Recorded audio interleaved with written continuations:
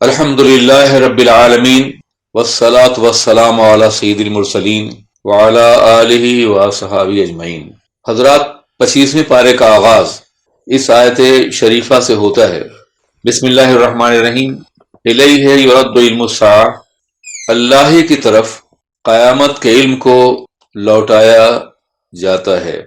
کوئی پھل اپنے غلاف سے نہیں نکلتا اور نہ کوئی حاملہ اپنے حمل کو اٹھاتی ہے اور نہ ہی جنتی ہے مگر علم الہی کے مطابق۔ حضرات، قیامت کا علم اسرار الہیہ میں سے ایک سر عظیم ہے، جس کی مصلحت یہ ہے کہ قیامت کے تعین سے لوگ بے عمل ہو جائیں گے۔ ان کو یہ خیال ہوگا کہ ابھی تو قیامت میں بہت دن باقی ہیں، بہت سے سال باقی ہیں، بہت زمانہ باقی ہے، اس لیے قیامت کا قطعی سن اور تاریخ اور زمانے کے ساتھ اس کا علم نہیں دیا گیا۔ قیامت کے بارے میں یہ ارشاد فرمایا گیا کہ وہ بغتتاً آئے گی، اچانک آئے گی۔ لوگ بالکل بے خبر ہوں گے قیامت کے باب میں، اور اچانک قیامت ان پر آ جائے گی۔ البتہ حضور سید عالم سرور کائنات صلی اللہ علیہ وسلم نے بعطا الہی قیامت کے باب میں بہت سی نشانیاں اور علامتیں دنیا کو بتائی ہیں۔ وہ علامتیں کچھ اس طرح سے واضح فرمائی ہیں کہ ایسا لگتا ہے کہ سارے قیامت کے احوال ان کی نگاہوں کے سامنے ہیں، وہ سب کچھ دیکھ رہے ہیں۔ اس سے یہ معلوم ہوتا ہے کہ آقائے دو جہاں علیہ الصلوۃ والسلام کو قیامت کا علم دیا گیا تھا، مگر مصلحت خدابندی کی بنیاد پر انہوں نے اپنی امت کے سامنے اسے ظاہر نہیں فرمایا۔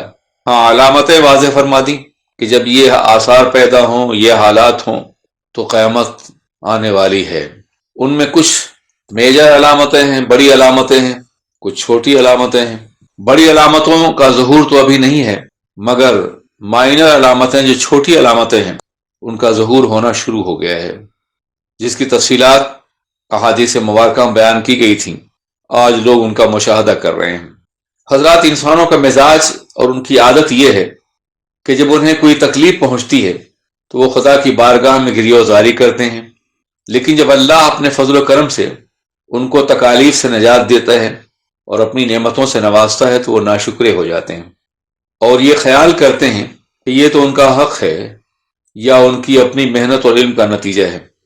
اللہ رب العزت اس حقیقت کو اس طور پہ واضح فرماتا ہے کہ انسان اللہ سے بھلائی مانگنے میں تھکتا نہیں ہے، اور جب اسے تکلیف پہنچتی ہے تو مایوس اور نا امید ہو جاتا ہے، اور جو تکلیف اس کو پہنچتی ہے اس کے بعد اگر ہم اس کو اپنی رحمت سے نوازیں اور رحمت کا مزہ چکھائیں تو یہ کہتا ہے کہ یہ تو میری ہے، یہ تو میرا حق ہے، اور وہ کہتا ہے کہ میرا گمان ہے قیامت کبھی قائم نہ ہوگی، اور اگر میں اپنے رب طرف لوٹایا گیا تو یقیناً وہاں بھی میرے لیے خوبی ہی ہوگی۔ اللہ ارشاد فرماتا ہے تو یقیناً ہم کفار کو ان کے اعمال کے بارے میں اور انہیں سخت عذاب کا مزہ چکھائیں گے۔ جب ہم انسان پہ انعام فرماتے ہیں تو وہ منہ پھیر لیتا ہے اور کروٹ بدل لیتا ہے، اور جب مصیبت پہنچتی ہے تو وہ لمبی لمبی دعائیں کرتا ہے۔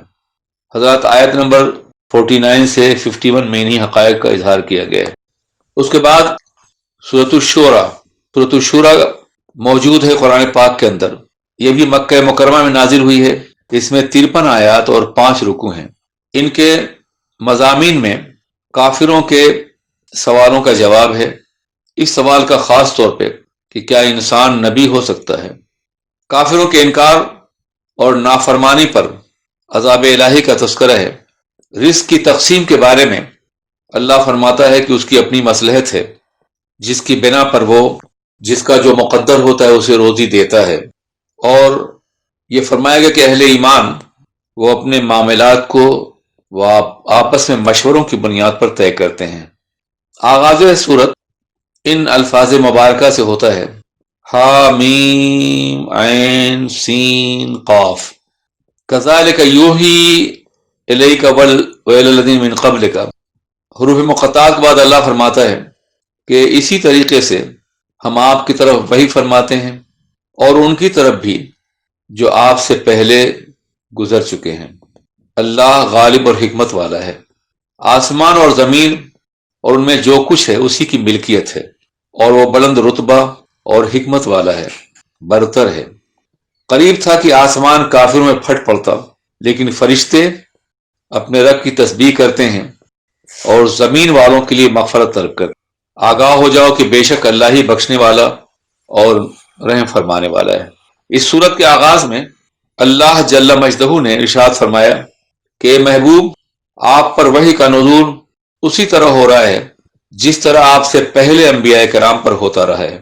اگر یہ کافر آپ کی نبوت کا انکار کرتے ہیں اور ان کا یہ خیال ہے کہ ایک انسان نبی کس طرح ہو سکتا ہے، تو آپ سے پہلے جو حاملان وحی ہیں انبیاء کرام، وہ بھی تو انسان ہی تھے۔ انسانوں کی ہدایت کے لیے انسان ہی کا نبی ہونا ضروری تھا تاکہ وہ اپنی زندگی کو بطور نمونہ اور اسوہ کامل کی حیثیت سے پیش کر سکیں۔ فرشتے تو صرف احکام الہی کے نفاذ اور تسبیح و استغفار کے لیے پیدا کیے گئے ہیں۔ وہ انسان کی ضروریات اور حوائج اور بشری تقاضوں سے مبرہ ہیں۔ وہ انسانوں کے لیے نمونہ کس طرح بن سکتے ہیں؟ اگر وہ اپنے ملکوتی حسن کے ساتھ جلوہ گر ہوں تو ان کو دیکھنے کی تاب کون لا سکے گا؟ قرآن پاک میں متعدد مقامات پر من قبل کا فرمایا گیا ہے اور من بعد کا کہیں نہیں ہے۔ یہ اس بات کا اعلان ہے کہ آپ سے پہلے انبیاء ضرور گزرے ہیں، مگر آپ کے بعد کوئی نبی نہیں ہوگا اور آپ خاتم النبیین ہیں۔ خالق حقیقی کا انکار اور شرک یہ ایسے بڑے گناہ ہیں کہ اللہ مواخذہ فرماتا تو ان پہ آسمان پھٹ پڑتا اور عذاب الہی سے یہ دوچار ہو جاتے، مگر اللہ انبیاء کرام کو بھیج کر ان کی ہدایت کا اہتمام فرماتا ہے، انہیں موقع دیتا ہے، مہلت دیتا ہے تاکہ وہ ایمان لے آئیں، اور پھر فرشتے بھی ان کے لیے تسبیح کرتے رہتے ہیں اور استغفار کرتے رہتے ہیں۔ اللہ کی تسبیح کرتے ہیں، ان کے لیے استغفار کرتے ہیں، اور یہ اس لیے ہے کہ اللہ غفور الرحیم ہے۔ اللہ جل شانہ ارشاد فرماتا ہے کہ محبوب، ہم نے اسی طرح تمہاری طرف وحی بھیجی عربی قرآن کی شکل میں تاکہ تم ڈراؤ سب شہروں کی اصل ام القریٰ یعنی مکے والوں کو، جو اس کے ارد گرد ہیں، یوم الجمع قیامت کے دن سے، جس کے بارے میں کوئی شک نہیں ہے، جب ایک گروہ جنت میں جائے گا اور ایک گروہ دوزخ میں۔ دنیا میں رزق کی تقسیم، غربت اور عمارت، یہ سب اللہ کی تدبیر کا حصہ ہیں۔ وہ جانتا ہے کہ کس کو کتنا دینا ہے۔ اگر پوری دنیا روز اول ہی سے امیر ہو جاتی تو انسان آج بھی پتھروں کے دور میں سانس لے رہا ہوتا۔ غربت اور عمارت، صحت و بیماری، پستی اور بلندی، یہ سب اس لیے ہیں کہ انسان کشاکش حیات میں ہمیشہ آگے بڑھتا رہے اور اختراعات اور ایجادات کے ذریعے سے کرۂ زمین کو ترقی یافتہ بناتا رہے اور آباد کرتا رہے۔ اسی طرح اگر اللہ کسی ایک فرد اور ایک طبقے کو دائمی طور پہ دولت اور اقتدار سے نوازتا تو وہ طبقہ یا وہ فرد فرعون نمرود کی طرح دنیا پہ مظالم کی انتہا کر دیتے، مگر تلک الایام نداولها بین الناس کے پیش نظر اللہ تبارک تعالیٰ لوگوں کو پستی اور بلندی، غربت اور عمارت دیتا رہتا ہے تاکہ نظام کائنات کا توازن قائم رہے۔ ارشاد خداوندی ہے، اللہ قادر مطلق اور رزاق عالم ہے، جس کو چاہتا ہے اس کے لیے رزق کشادہ کر دیتا ہے اور جسے چاہتا ہے اس کے لیے رزق تنگ کر دیتا ہے۔ بے شک وہ ہر شے کا جاننے والا ہے۔ اللہ اپنے بندوں پہ لطف فرمانے والا ہے، جسے چاہے روزی دیتا ہے، وہی قوت اور عزت والا ہے۔ جو شخص آخرت کی کھیتی چاہے ہم اس کو بڑھائیں گے، اور جو شخص دنیا کی کھیتی چاہے اسے کچھ دیں گے لیکن اس کا آخرت میں کوئی حصہ نہ ہوگا۔ انبیاء کرام نے ہمیشہ اپنی دعوت کے حوالے سے ارشاد فرمایا کہ اے لوگوں، ہم تم سے کوئی اجرت طلب نہیں کرتے، ہم تو دعوت کا کام ہمیشہ حکم الہی کے مطابق انجام دیتے ہیں۔ یہ بات مختلف ادوار میں انبیاء کرام نے اپنی قوم سے ارشاد فرمائی کہ کہیں لوگ یہ نہ سوچیں کہ انبیاء کرام کی دعوت یا ان کا تبلیغی کام یہ صرف ان کے اپنے ذاتی فائدے کے لیے ہے، اس سے وہ کچھ حاصل کرنا چاہتے ہیں، دولت، اقتدار۔ اس لیے اس بات کی وضاحت مختلف مقامات پر مختلف آیتوں میں فرما دی گئی کہ ہم تم سے کوئی اجر نہیں مانگتے. میرا اجر یا ہمارا اجر تو اللہ کے حوالے ہے. یہاں اللہ ارشاد فرما رہا ہے کہ محبوب آپ یہ فرما دیجئے کہ ہم صرف یہ چاہتے ہیں کہ تم اہل قرابت سے محبت کرو. اللہ کے ارشاد گرامی کا خلاصہ یہ ہے کہ محبوب تم دیکھو گے کہ ظالم اپنے اعمال بد کی بنیاد پر خوفزدہ ہوں گے جن کا وبال یقیناً ان پر واقع ہونے والا ہے. لیکن جو لوگ ایمان لاتے ہیں اور اچھے کام کرتے ہیں وہ جنت کے باغات میں ہوں گے اور ان کے لیے ان کے رب کے پاس سے وہ سب کچھ ہوگا جس کی وہ خواہش کریں گے. اور یہ اللہ کا بڑا فضل ہے. یہی وہ فضل ہے جس کی بشارت اللہ نے اپنے نیک بندوں اور صالحین کو دی ہے. اے پیغمبر فرما دیجئے کہ میں تم سے کوئی اجر نہیں طلب کرتا مگر اہل قرابت کی محبت. بلا شبہ جو لوگ نیک کام کرتے ہیں ہم ان کی نیکیوں کو اور بڑھا دیتے ہیں اور بے شک اللہ بخشنے والا اور قدر فرمانے والا ہے. الا المودۃ فی القربہ سے مراد مومنین کا آپس میں ایک دوسرے سے محبت کرنا ہے یا اہل رشتہ کا آپس میں ایک دوسرے سے محبت کرنا ہے. اسلام کا حسن یہ ہے کہ جو لوگ اسلام کی بنیاد پر آپس میں ایک دوسرے سے محبت کریں گے یہ محبت دائمی ہوگی, کبھی نہ فنا ہونے والی ہوگی, ہمیشہ باقی رہنے والی ہوگی. اس لیے کہ دنیا کی محبت اور آخرت کے حوالے سے اللہ اور رسول سے محبت کرنا یا مومنین سے محبت کرنا, اس کی خوبی یہ ہے کہ جو لوگ دنیا سے محبت کرتے ہیں وہ آپس میں لڑتے ہیں, دنیا حاصل کرنے کے لیے مسابقت کرتے ہیں, جنگیں ہوتی ہیں, اختلافات ہوتے ہیں, خون خرابہ ہوتا ہے. لیکن جو لوگ اللہ اور رسول سے محبت کرتے ہیں ان کی محبت آپس میں بڑھتی جاتی ہے اور وہ محبت کچھ ایسی ہوتی ہے کہ دنیا میں بھی وہ ایک دوسرے سے ٹوٹ کر محبت کرتے ہیں اور پھر جنت میں بھی محبت کرنے والے آپس میں محبت کرتے رہیں گے. وہاں بھی فرمایا گیا ہے کہ المرء مع من احب, آدمی اس کے ساتھ ہوگا جس سے وہ محبت کرے گا. اگر آپ اہل ایمان سے محبت کریں گے تو جنت میں اہل ایمان کے ساتھ آپ رہیں گے اور محبت کا یہ سلسلہ دنیا میں بھی قائم رہے گا اور آخرت میں بھی. دین کی بنیاد پر محبت کرنے والے آپس میں کبھی نفرت نہیں کر سکتے, کبھی جدا نہیں ہوتے ہیں. اس لیے اللہ کے رسول علیہ السلام کو اللہ حکم دیتا ہے کہ آپ فرما دیجئے کہ میں تم سے کوئی اجر طلب نہیں کرتا, میں صرف یہ چاہتا ہوں کہ اہل قرابت سے, خواہ وہ نسبی قرابت ہو یا دینی قرابت ہو, ان سے محبت کرو.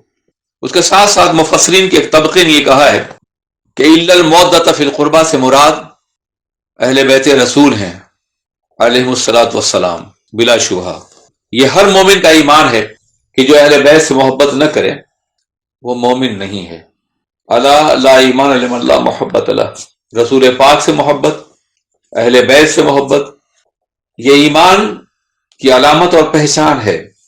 جو مومن ہے یقیناً وہ عقائد و جہاں سے اور اہل بیت سے محبت کرے گا. اس لیے اگر یہ دونوں مفہوم لیے جائیں تو اس میں کوئی تضاد نہیں ہے. اہل بیت سے محبت کی جائے, صحابہ سے محبت کی جائے, جملہ اہل ایمان سے محبت کی جائے اور دین کی بنیاد پہ اہل قرابت سے محبت کی جائے. آگے فرمایا جاتا ہے کہ سرمایہ کی کثرت فساد فی الارض کا ذریعہ بن جاتی ہے. ارشاد باری تعالیٰ ہے اگر اللہ تبارک و تعالیٰ رزق کو اپنے بندوں پہ کشادہ فرما دیتا ہے تو وہ کبھی زمین پہ بغاوت اور سرکشی کرنے لگتے ہیں, لیکن اللہ اپنی مرضی کے مطابق رزق نازل فرماتا ہے, اس لیے کہ وہ اپنے بندوں کے حالات سے مکمل باخبر ہے اور دیکھنے والا ہے. وہی پروردگار ہے جو بارش کو اس وقت نازل فرماتا ہے جب لوگ مایوس ہو چکے ہوتے ہیں اور اپنی رحمت کو وسیع فرما دیتا ہے. بلا شبہ وہی کارساز حقیقی اور لائق حمد و ثنا ہے. اور اس کی قدرت کی نشانیوں میں سے زمین و آسمان کی تخلیق ہے. وہ ذی روح مخلوق جو اس زمین اور آسمان میں پھیلا دی ہے اس نے, وہ ان کو جمع کرنے پہ جب چاہے قادر ہے. اور تم کو جو بھی مصیبت پہنچتی ہے یہ وہی ہے جو تمہارے ہاتھوں نے کمایا ہے, یعنی تمہاری بدعمالیوں کا نتیجہ ہے. جبکہ کثیر لوگوں کو اللہ معاف بھی فرما دیتا ہے، اور تم کو جو کچھ دیا گیا ہے وہ صرف دنیا میں ہی برتنے کا ہے، یعنی جو کچھ تم کو دنیا میں دیا گیا ہے وہ بہت ہی معمولی متاع ہے، لیکن جو اللہ کے پاس ہے وہ ہمیشہ باقی رہنے والا ہے ان لوگوں کے لیے جو ایمان لائے اور اپنے رب پہ بھروسہ کرتے ہیں۔ یہ لوگ بڑے گناہوں اور بے حیائیوں سے اجتناب کرتے ہیں، اور جب انہیں غصہ آتا ہے تو معاف کر دیتے ہیں۔ وہ لوگ جنہوں نے اپنے رب کا حکم مانا اور نماز کو قائم رکھا، ان کا معاملہ یہ ہے کہ وہ آپس میں مشورے سے اپنے معاملات کو طے فرماتے ہیں، اور جو کچھ ہم نے ان کو دیا ہے اس میں سے خرچ کرتے ہیں۔ اس آیت میں اللہ تعالیٰ نے وہ امرہم شورا بینہم میں شورائی نظام کی طرف اشارہ فرمایا ہے کہ مسلمانوں کے معاملات مشورے کی بنیاد پہ طے ہونے چاہیے۔ یہی وجہ ہے کہ اسلامی نظام حکومت کی بنیاد بھی شورا ہی ہے۔ اللہ تبارک و تعالیٰ نے اپنے حبیب تاجدار دو عالم کو فرمایا وَشَاوِرْهُمْ فِي الْأَمْرِ، اے محبوب اپنے صحابہ سے معاملات میں مشورہ کر لیا کیجیے۔ ظاہر ہے کہ اللہ کے رسول تاجدار دو عالم صلی اللہ علیہ وسلم اپنے صحابہ سے مشورے کے محتاج نہیں تھے، وہ تو براہ راست اللہ سے احکام لیتے تھے اور بندوں پہ نافذ فرماتے تھے۔ وہ تو جو بھی فرماتے تھے فرمان الہی کے مطابق فرماتے تھے۔ وما ينطق عن الهوى ان هو الا وحی یوحی، تو ظاہر ہے کہ جو کچھ بھی فرماتے ہو فرمان الہی کے مطابق ہے، تو پھر وہ مشورے کے محتاج تو نہیں تھے، مگر پھر بھی مشورے کا حکم اس لیے دیا گیا تاکہ یہ سنت رسول بن جائے، اور مسلمان جہاں کہیں بھی اور جب کہیں بھی کوئی نظام قائم کریں تو وہ شورائی نظام ہو، مشورے کی بنیاد پر ہو، ڈکٹیٹرشپ کی بنیاد پر نہیں، بادشاہت کی بنیاد پر نہیں۔ یہ اسلام کا نظام ہے جو حکومت سے متعلق بھی ہے اور معاشرتی زندگی سے متعلق بھی ہے۔ حضرات، اسلام کے جمہوری نظام اور شورائی نظام اور دنیاوی نظام میں یہ فرق ہے کہ دنیا میں بھی عوام کی حکومت عوام کے لیے، عوام کے ذریعے سے کی جاتی ہے، مگر عالم یہ ہے کہ اکثریت جو فیصلہ کرتی ہے وہ اقلیت پہ مسلط کر دیا جاتا ہے۔ دنیا کے تمام ملکوں میں اکثریت کے جبر و تشدد کے نیچے میں اقلیتیں پسٹی رہتی ہیں، مگر اسلام میں شورا کا نظام ہے، جمہوریت ہے، مگر فرق یہ ہے کہ یہ قرآن عظیم کی ہدایات کے مطابق ہے۔ قرآن عظیم نے جو نظام زندگی اور دستور حیات عطا فرما دیا ہے ان میں حقوق متعین کر دیے گئے ہیں، اقلیتوں کے بھی اور اکثریت کے بھی، مسلمانوں کے بھی اور غیر مسلموں کے بھی۔ اس لیے کوئی بھی قانون بنے گا تو اسی قانون کے دائرے میں جو قرآن نے متعین فرما دیا ہے۔ اس لیے اسلام کے شورائی نظام میں کسی پہ ظلم نہیں ہوگا، بلکہ مکمل عدل کے ساتھ اور مشورے کی بنیاد پر فیصلے کیے جائیں گے۔ اللہ تبارک و تعالی ہمیں قرآن پاک کی ہدایات پر عمل کرنے کی توفیق عطا فرمائے۔ السلام علیکم ورحمۃ اللہ وبرکاتہ۔ آج ہی SDI آڈیو کو سبسکرائب کریں، بیل آئیکن پر کلک کریں۔ ہماری حوصلہ افزائی کے لیے لائک، کمنٹس اور شیئر بھی کرتے رہیں۔